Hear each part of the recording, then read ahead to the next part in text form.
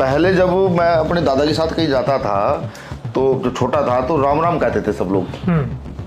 इधर से राम राम का, उधर से राम राम का जवाब आ गया। कोई हिंदू मुसलमानों से कोई फर्क नहीं पड़ता। लेकिन आज जब जय श्री राम कहते हैं ना, पड़ोस का आदमी डर जाता है, कहना फिर जय श्री राम वाले आगे मार पीट ना हो जाए। अगर आप समझौता करके बैठ जाते हैं, आप खुली आंखों से गलत होता देख रहे हैं और आप चुप हैं, तो फिर आप देशद्रोही हैं, फिर आप देशभक्त नहीं हो सकते। आप लोग मायावती जी के पास जाते हो कि भाई कुछ कीजिए, हम आपके साथ आना चाहते हैं? आप मुलाकात करा दीजिए। अच्छा। आप मुलाकात करा दीजिए, हमारी तो आदरणीय है, हम तो जाएंगे, पैर चरण स्पर्श करेंगे उनके। कि गुजरात में जिस तरह से आम आदमी पार्टी को वोट कटुआ कहा जाता है, उसी तरह यहाँ गुजरात में भी ऐसा चर्चा हो रही है कि भी एएसपी वहाँ पे यूपी में बीएसपी का वोट काट रही है। ये कितना सही है? आप में और आरएसएस में संगठन के तौर पर क्या अंतर दिखता है? देखिए, आरएसएस का आदमी अपनी आइडियोलॉजी पर सेट खड़ा है, बिल्कुल इधर उधर हिलने के लिए तैयार नहीं है। और आप यहाँ गुजरात पे आए हैं चैतर वसावा जी के समर्थन में, आम आदमी पार्टी के लोग भी आपसे मिले होंगे। बिल्कुल। तो क्या बात हुई कि आने वाले दिनों में एएसपी गठबंधन करेगी, आम आदमी पार्टी? हमारे यहाँ एक तो लोकतांत्रिक व्यवस्था है।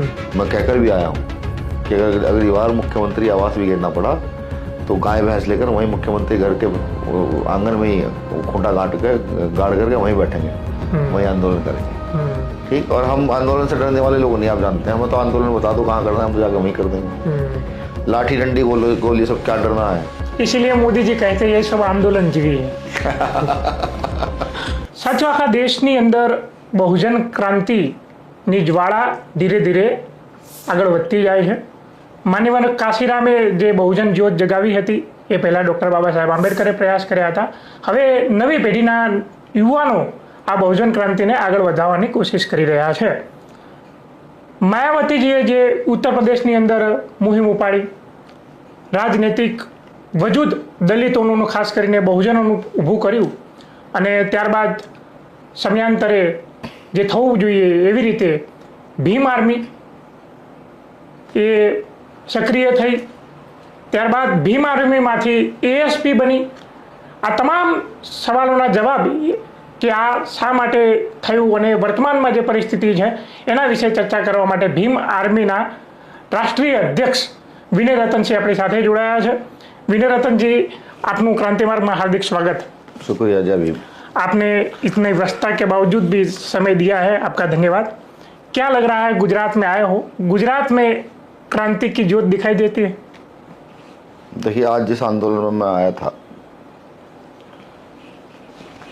एक 18 दिन का बच्चा जेल में है, उसकी माता जेल में है, एक विधायक जेल में है, उनकी पत्नी जेल में है। उसी आंदोलन में मैं आया था।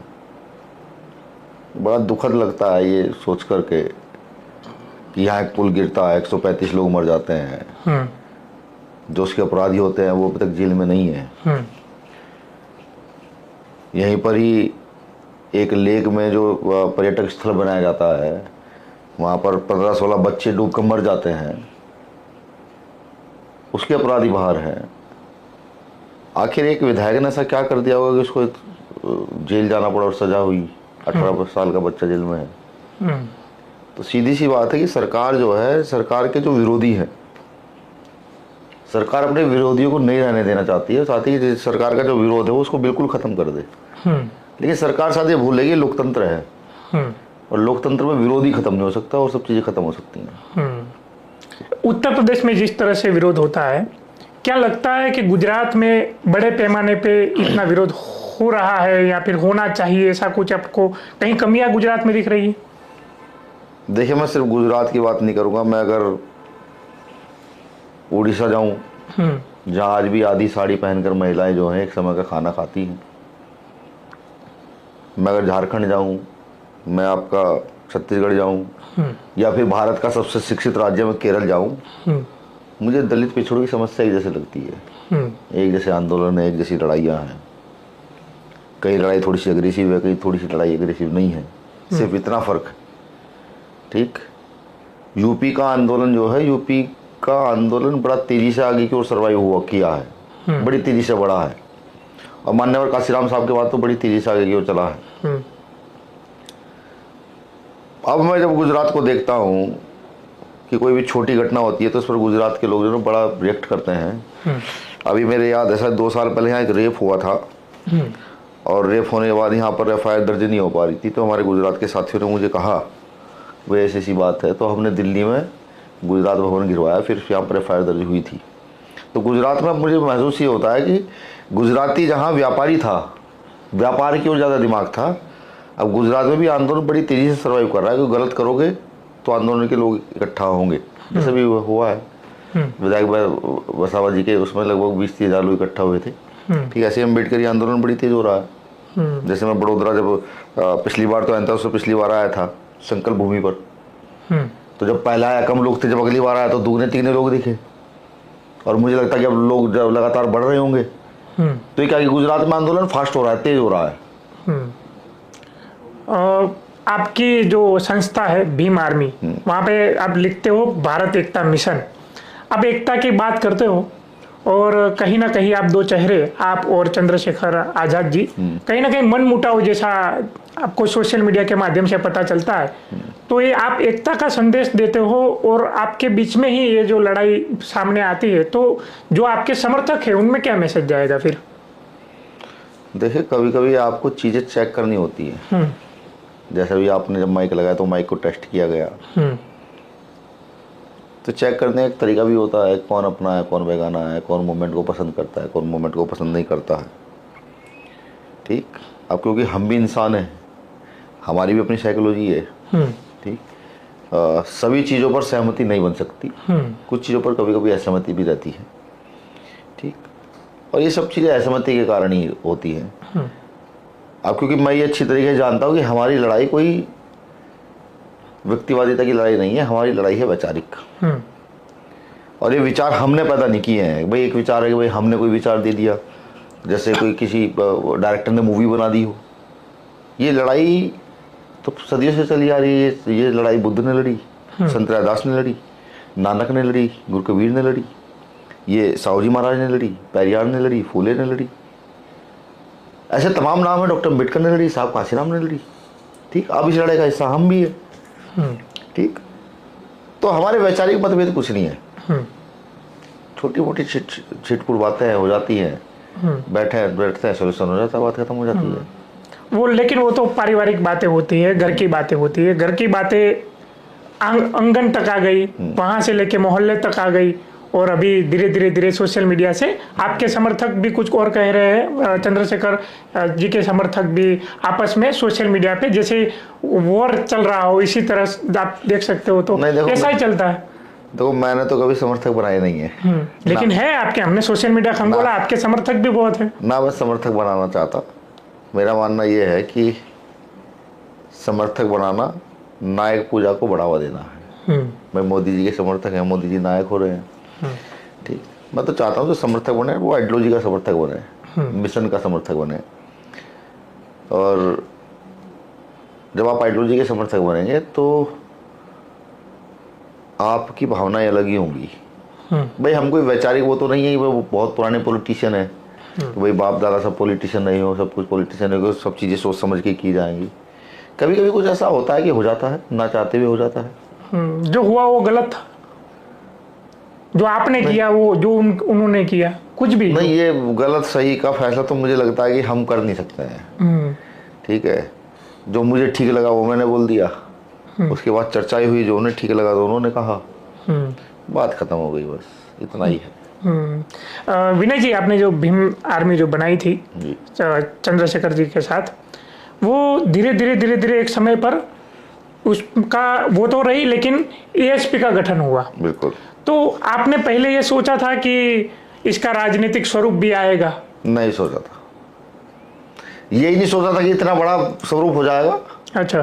भाई भारत में बहुत सारे संगठन काम करते हैं, कौन संगठन कितना मजबूती से आगे बढ़ेगा ये भी नहीं पता था। हालांकि जब हम संगठन में काम कर रहे थे तो उस समय जब यहाँ पर ऊना कांड का आंदोलन चला तो हमने वहाँ सहारनपुर में आंदोलन किया था ऊना कांड को लेकर के। ठीक है, और हम ये सोचते थे भाई जो अम्बेडकरवादी संगठन बड़ी तेजी से आगे बढ़ रहा हो उसके साथ मर्ज हो जाएंगे। लेकिन प्रकृति का खेल देखिए आप, प्रकृति ने ऐसा चक्रव्यूह रचा कि आज पूरे भारत के अंदर बहुजन आंदोलन का नाम जब लिया जाता तो सबसे पहले संगठन का नाम भीम आर्मी का लिया जाता है, वो चाहे विरोधी लें और चाहे पक्ष के लोग लें। पहले ऐसा हुआ करता था कि बीएसपी का नाम लिया जाता था, बामसेप का नाम लिया जाता था, अभी उनकी जगह आप लोगों ने ले ली। लोग ऐसे कहते हैं DS4 का नाम लिया जाता था, उससे पहले दलित पंथ का नाम लिया जाता था, उससे पहले समता सैनिक दल का नाम लिया जाता था। ठीक है, नहीं जगह नहीं ली है। देखो जगह तो कोई किसी की ले नहीं सकता है, ये वैचारिक क्रांति है। ठीक है, मान के चलिए गिलास पानी का भरा हुआ रखा है, ठीक है, और आपको किसी को पानी का गिलास भरा हुआ देना है तो आपको भरा हुआ ही देना होगा। जब आप इसको खाली देंगे तो उसके लिए गिलास बेकार है। सेम इसी प्रकार से कि जब तक आप आइडियोलॉजी पर चल रहे हैं आपकी शक्ति लगातार बढ़ती चली जाएगी। इसका सबसे बड़ा जीता जागता उदाहरण आरएसएस है। वो आडंबर की आइडियोलॉजी, पाखंड की आइडियोलॉजी, झूठ की आइडियोलॉजी पर लगातार चल रहे हैं, आगे बढ़ रहे हैं। वो अपनी आइडियोलॉजी में मिक्स नहीं कर रहे, उनका खुला है। वो मुसलमानों के विरोधी हैं, वो बौद्धों के विरोधी हैं, वो ईसाइयों के विरोधी हैं, वो सिखों के विरोधी है, खुला है उनका।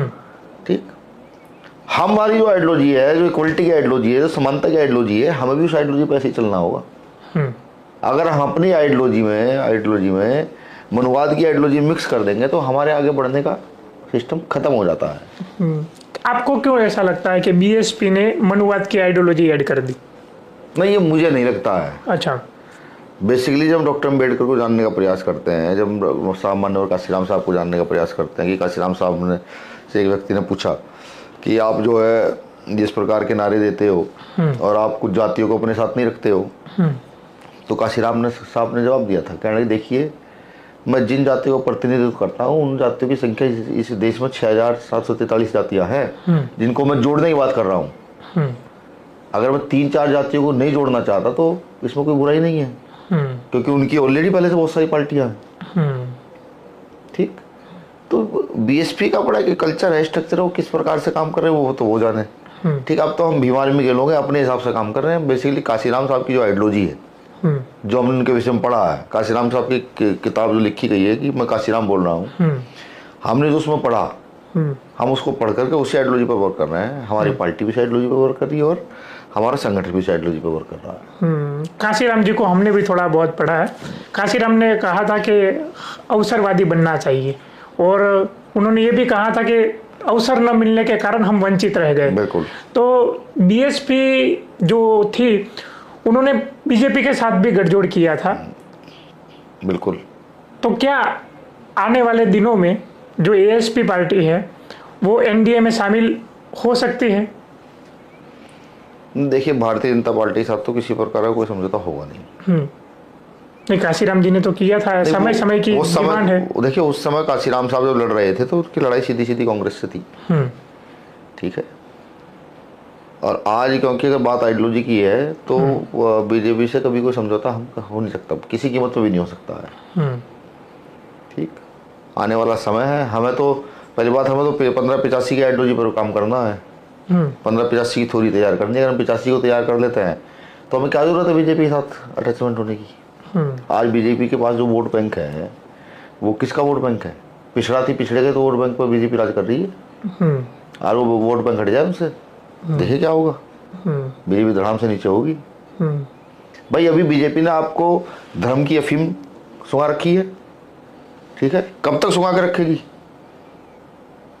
अब आप समझिए ना, पहले जब मैं अपने दादा के साथ कहीं जाता था तो जब छोटा था तो राम राम कहते थे सब लोग। इधर से राम राम का, उधर से राम राम का जवाब आ गया। कोई हिंदू मुसलमान से कोई फर्क नहीं पड़ता। लेकिन आज जब जय श्री राम कहते हैं ना, पड़ोस का आदमी डर जाता है, कहना फिर जय श्री राम वाले आगे मारपीट ना हो जाए, समझ आए। तो आप सोचिए ना कि वो जो एजुकेशन वाले बच्चे हैं, जो पढ़ाई कर रहे हैं, जो आगे की ओर बढ़ना चाहते हैं, वो कब तक धर्म के नाम पर वो रहेंगे? तो एक दिन वो आएगा ना, चीजें बदलेंगी, विचार बदलेगा, युवा सोचेगा ये क्या हो रहा है। कब तक हम धर्म के नाम पर रहेंगे? कब जा करके हमें अधिकार मिलेंगे? तो सड़क पर उतरेगा, सड़क पर उतरेगा, अधिकार मांगेगा। अधिकार मांगेगा तो सरकार क्या करेगी? डंडे चलाएगी। और डंडे चलाएगी तो जब डंडे चलाएंगे तभी तो भगत सिंह पैदा होगा। कई लोग जेल में भी जाते हैं, फिर छूट नहीं पाते। जैसे अभी आपने उदाहरण दिया चैतर वसावा जी का, विधायक का, 18 साल के एक लड़के का, 18 दिन के बच्चे का, 18 दिन के बच्चे का। तो कहीं ना कहीं लोग इस डर की वजह से भी ज़्यादा बाहर न निकले। देखो मेरा ये मानना है, जिस देश में हम पैदा हुए हैं, अगर उस देश के खिलाफ काम हो रहा है तो आपका जीवन उस देश के लिए लग जाए तो कोई बुराई नहीं है। मैं तो बस आपके चैनल के माध्यम से इतना वादा कर सकता हूँ, जो कोई आंदोलनकारी है और जिसको लगता है गलत हो रहा है, वो जेल जाने से ना डरे। किसी भी तरीके से बीम आर्मी तक सूचना भिजवाए, बीम आर्मी अपने आप जमानत करा लेगी। ठीक है, पहली बात, बहुत सारे समाज सेवक ऐसे हैं कि अब ऑटोमेटिकली जमानत करा लेते हैं। हाँ, अगर आप समझौता करके बैठ जाते हैं, आप खुली आंखों से गलत होता देख रहे हैं और आप चुप हैं, तो फिर आप देशद्रोही हैं, फिर आप देशभक्त नहीं हो सकते। जो खामोश है वो सब देशद्रोही। गलत होते हुए अगर आप देख रहे हैं और फिर भी आप शांत हैं, आप देश को लुटते हुए देख रहे हैं, ठीक है, धर्म के नाम पर गलत होते देख रहे हैं, वही तो उनको तो देशद्रोही कहा जाएगा। पर कुछ लोग इसमें से मजबूर भी होते हैं। समझे नहीं भाई, एक बेचारा रिक्शा चला रहा है, आप उसे क्या कहेंगे? वो मजदूरी करेगा या देश बचाएगा? एक मजदूरी कर रहा है, उसे क्या कहेंगे? तो उसे देशद्रोही माना जाए कि नहीं? वो बेचारे आते कहाँ पर हैं? वो पहले पेट की आग बुझाएंगे, देश सोचेंगे। वो लोग जो सक्षम है, मजबूत है और गलत होता हुआ देख करके चुप हैं, शांत बैठे हुए हैं, बोल सकते हैं, विरोध कर सकते हैं, आवाज उठा सकते हैं, लेकिन आवाज नहीं उठा रहे हैं। ऐसे लोग क्या कहेंगे आप? मैं अपने भाषण में कहता हूँ, भारत माता की जय कहना ही सिर्फ भारत माता की जय नहीं हो सकती, देशभक्त भारत माता की जय कहना नहीं हो सकता। हाँ, देश के लिए सोचना, देश की आर्थिक व्यवस्था कैसे बढ़ेगी, एजुकेशनल सिस्टम कैसे अच्छा होगा, देश की चिकित्सा कैसे बेटर होगी, यहाँ से करप्शन मुक्त भारत कैसे होगा, वो देशभक्ति है। विनय जी, हर तरह से, हर जगह से देशद्रोही का प्रमाण पत्र बांटा जा रहा है। यदि आप कोई न लड़े उसको देशद्रोही कहते हो, और सरकार जो लड़ने आए उसको देशद्रोही कहती है। देखिए, मैंने फिर कहा, हाँ, आप इस देश को समझिए, ये देश आंदोलन का देश रहा है। बिल्कुल। यहाँ आंदोलन हुए हैं, आंदोलन करके यहाँ हमने जो है अंग्रेजों को भगाया। लेटेस्ट ही है, 100-200 साल पहले आंदोलन लगातार 100-200 साल बड़े पैमाने पर चले हैं, अंग्रेजों को भगाया है। यहाँ भगत सिंह की देखिए किताब भी आपके सामने रखी हुई है, कितने जुर्म सहे होंगे, कितना डंडा बजा होगा, किस हद तक नीचे गुजरे होंगे। क्या भगत सिंह अगर आज जिंदा होते तो क्या खुश होते? समझिए ना, आज लोग जो है 15 अगस्त 26 जनवरी को भगत सिंह का नाम लेते हैं, ये सब चीज़ें कहते हैं। कुछ लोग तो हिंदू हृदय सम्राट भी भगत सिंह को कहने लगे हैं, हालांकि भगत सिंह नास्तिक थे। समझ रहे हैं? देखिए, व्यवस्था बदलना जरूरी है। ठीक, आज डॉक्टर अम्बेडकर को जब लोग, प्रतिमा सबसे ज्यादा डॉक्टर अम्बेडकर की तोड़ी जाती है, पढ़ने की किसी को हिम्मत है नहीं। एक बार जो आदमी डॉक्टर अम्बेडकर को पढ़ लेगा, बाबा साहब अम्बेडकर का हो जाएगा कि बाबा साहब अम्बेडकर ने बातें ऐसी कही हैं। ठीक है, तो आइडियोलॉजी की बात है। रही देशद्रोही की और देशभक्ति की, जो मैंने आपको कहा बिल्कुल सही है।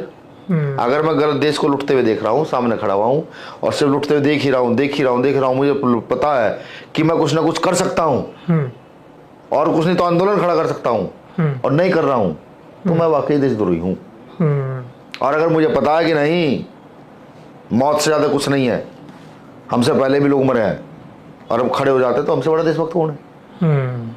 और मैं तो चीख चीख कर कहता हूँ कि जिन गरीबों की, मजदूरों की लड़ाई हम लड़ते हैं, जिनके लिए हम खड़े रहते हैं, इस आइडियोलॉजी पर हम चल रहे हैं, तो इस देश में हमसे बड़ा देशभक्त कौन है? बिल्कुल।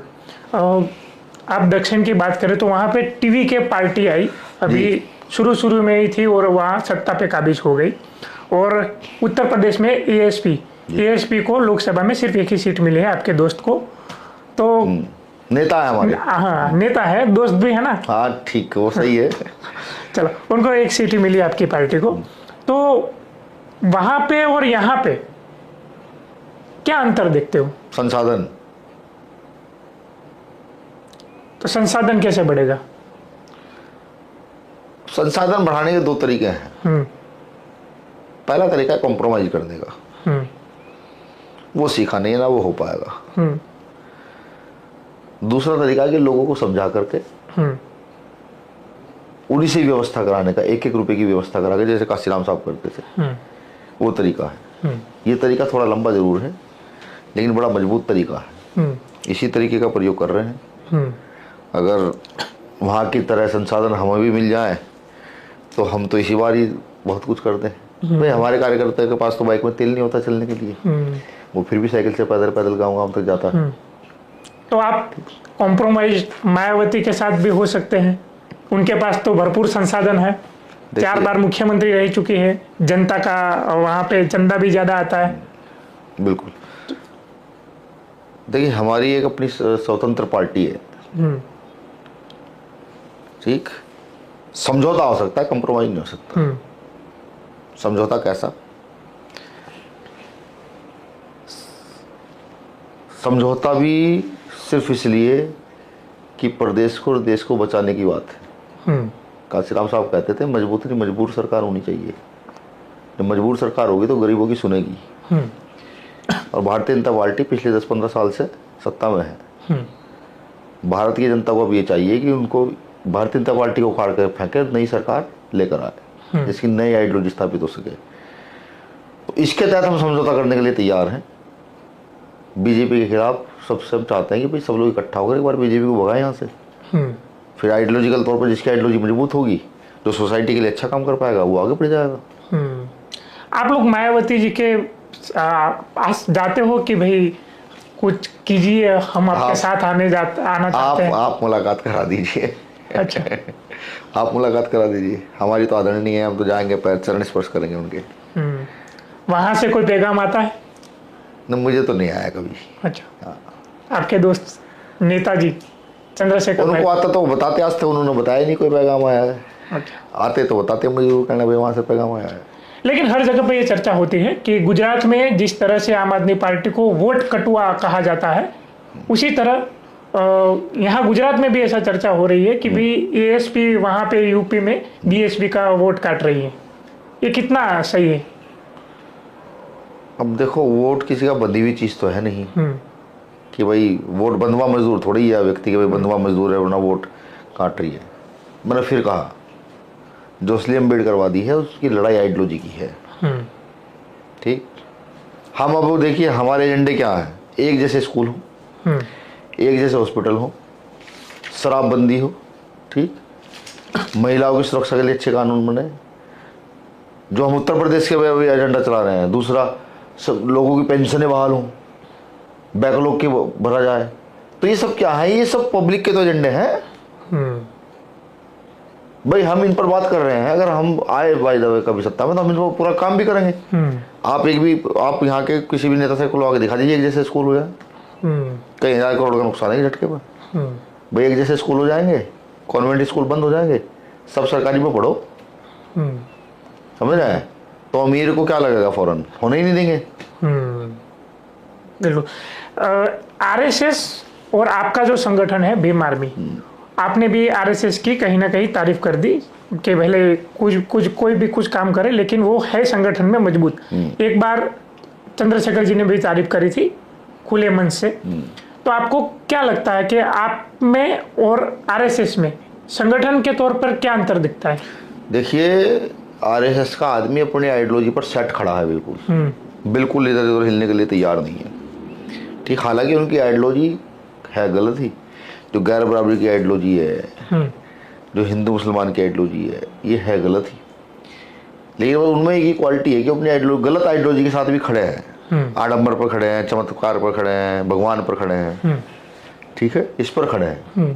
ठीक, हमारी आइडियोलॉजी कर्म पर आधारित है, तर्क पर आधारित है, और कर्म के लिए, तर्क के लिए आदमी को का उन्नत होना, अच्छा शिक्षित होना अति आवश्यक है। बस ये फर्क, और कोई फर्क नहीं है। संगठन बल्कि हमारा बड़ा मजबूत संगठन है। अगर वो पूरे देश में काम कर रहे हैं, हम भी पूरे देश में काम कर रहे हैं। अच्छा, कौन सा ऐसा राज्य है जहाँ भीम आर्मी नहीं है? अभी भीम आर्मी जो है वो नागालैंड में नहीं है, अभी भीम आर्मी मणिपुर में नहीं है, मेघालय में नहीं है, और गोवा में नहीं है। 4 राज्यों में भीम आर्मी नहीं है। और आप यहाँ गुजरात पे आए हैं चैतर वसावा जी के समर्थन में। आम आदमी पार्टी के लोग भी आपसे मिले होंगे। बिल्कुल।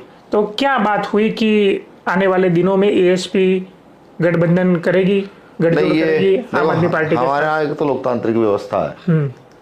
ठीक, अगर गुजरात में पार्टी का हम घोषणा करते हैं तो गुजरात में पार्टी किससे गठबंधन करेगी ये गुजरात के लोग सबसे पहले तय करेंगे। ठीक है, वही बताएंगे। जैसे अभी बिहार में हमारा चुनाव हुआ तो बिहार के लोगों ने तय किया क्या करना है। ठीक, हरियाणा में चुनाव हुआ था, पंजाब में चुनाव हुआ, तो लोकल वहीं की पहले कमेटियाँ तय करती है, उसके बाद हमारे पास आता है तो हम कुछ डिसीजन देते हैं। ठीक, मैं बेसिक यहाँ आया था क्रांतिकारी के लिए, एक लड़ने वाले व्यक्ति के लिए। व्यक्ति लड़ रहा है और जिसने अपने पूरे क्षेत्र में बीजेपी का सुपड़ा साफ कर दिया है। मैं इसलिए उस व्यक्ति के आंदोलन में उसके लिए यहाँ आया था और मेरा आना सफल भी रहा, ऐसा नहीं है।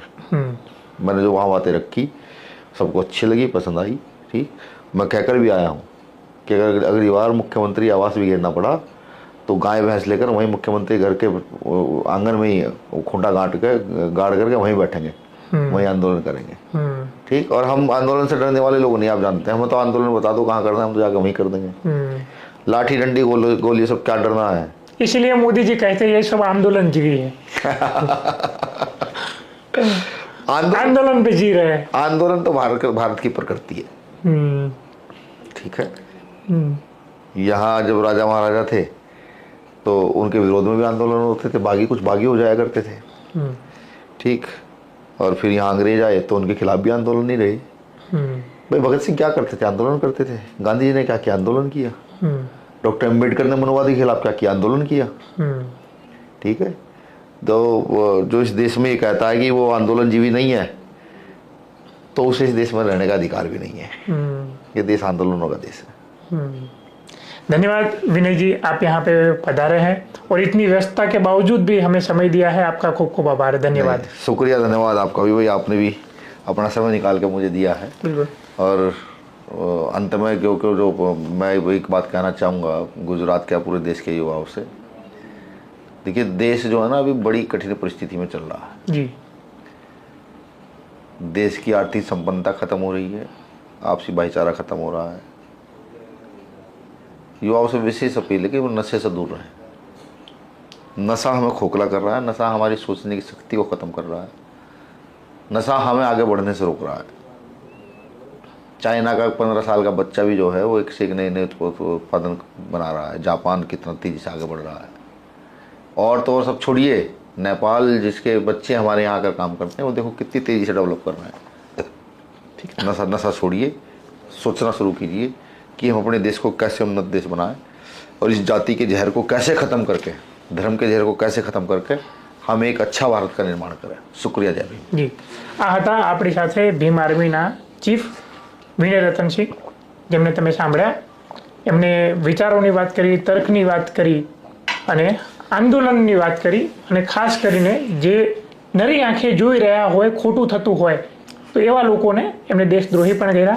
તમારા મત મુજબ આજે પોડકાસ્ટ રહ્યો અને જે એમની વાકપટુતા કેવી લાગી કોમેન્ટમાં જણાવતા જજો। જોતા રહેજો ક્રાંતિ માર્ગ, ઇન્કલાબ, जिंदाबाद।